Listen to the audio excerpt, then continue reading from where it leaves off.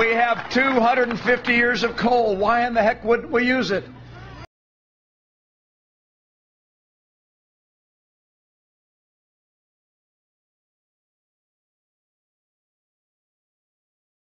I want to make it once again, America, once again, the most attractive place in the world for job creators. And it's not just because I love job creators, it's because I love jobs. I want more good jobs for the American people, and I want such competition for good workers that salaries and wages go up so people make more money. I mean, Romney has said, and he has said repeatedly, he wants to cut taxes on the very wealthy. The nonpartisan tax policy center here in Washington has done a computation of what Romney's taxes would do, and they've concluded that the typical millionaire or someone earning over $1 million gets $950,000. Over a very 10-year period, over $100,000 simply in year one from Romney's plan. I mean, this is absurd at a time when we have a budget deficit and so many people in need in America. This is reverse Robin Hood. Trickle-down economics. Trickle-down economics. The idea of trickle-down economics is basically this. You cut tax rates for the richest Americans. Therefore, the richest Americans have more. They have more money in their pockets. Therefore, they have more money to spend and invest. And as they spend and invest, the effect of rich people's good fortune and rich people's spending trickles down to everybody else in the economy. A rising tide lifts all boats, right? That was the idea. That was the plan. That did not happen. Reaganomics was a spectacular success in some ways. It was a spectacular success for the richest Americans in the country who benefited the most from President Reagan's historic debt-exploding, budget-busting tax cuts. In 1980, the top 1% of Americans earned wages of about $110,000 a year. By 1990, after about 10 years of Reaganomics, boing, the top 1% had seen their wages rise by 80%. Trickle-down economics, though, right? What's good for the rich is good for all of us, right? Not quite. Here's the average wages of the rest of the country in 1980, and here's what happened for the rest of the country after about 10 years of Reaganomics. Flat. A whopping 3% rise in wages in 10 years. The richest people see their fortunes go up like the Matterhorn. Everybody else, nothing.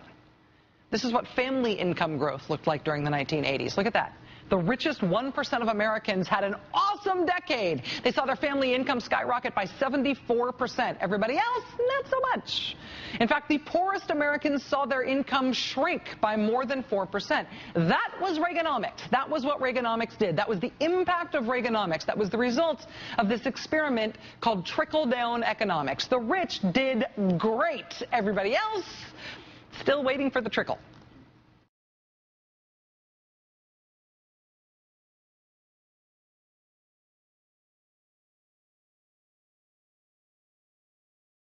Get the education. Borrow money if you have to from your parents. The best thing I can do for you is to tell you to shop around.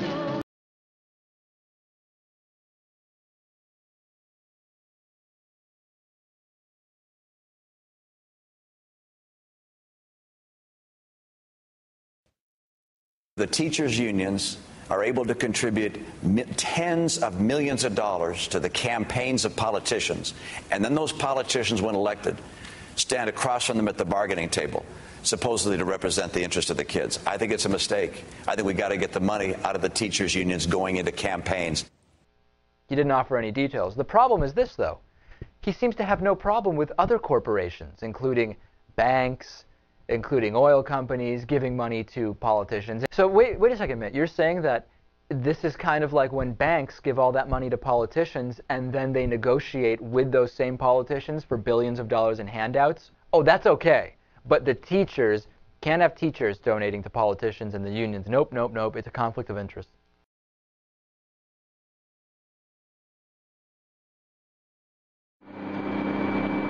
When running for president, this is the easy stuff, a kind of American tradition. Go overseas, shake a few hands.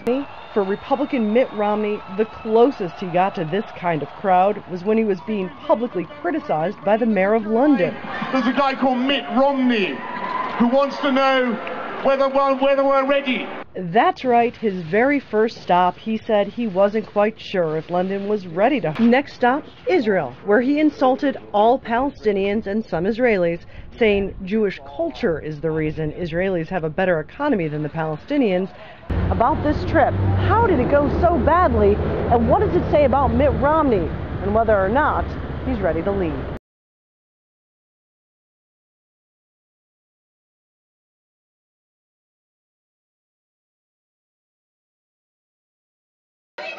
You jumped the gun a little in putting that statement out last night, and that you should have waited until more details were available. Do you regret having that statement come out so early before we learned about all of the things that were happening? I don't think we ever hesitate when we see something which is a violation of our principles. We express immediately when we feel that the president and his administration have done something which is inconsistent with the principles of America. Simply put, having an embassy which has been breached and has protesters on its grounds, having violated the sovereignty of the United States, having that embassy reiterate a statement effectively apologizing for the right of free speech is not the right course for an administration. Last question. If you had known last night that the ambassador had died, and obviously I'm gathering you did not know. Well, that came later. That's right. If you had known that the ambassador had died, I'm not going to take hypotheticals about what would have been known when and so forth. We responded last night to the events that happened in Egypt. Governor, what sort of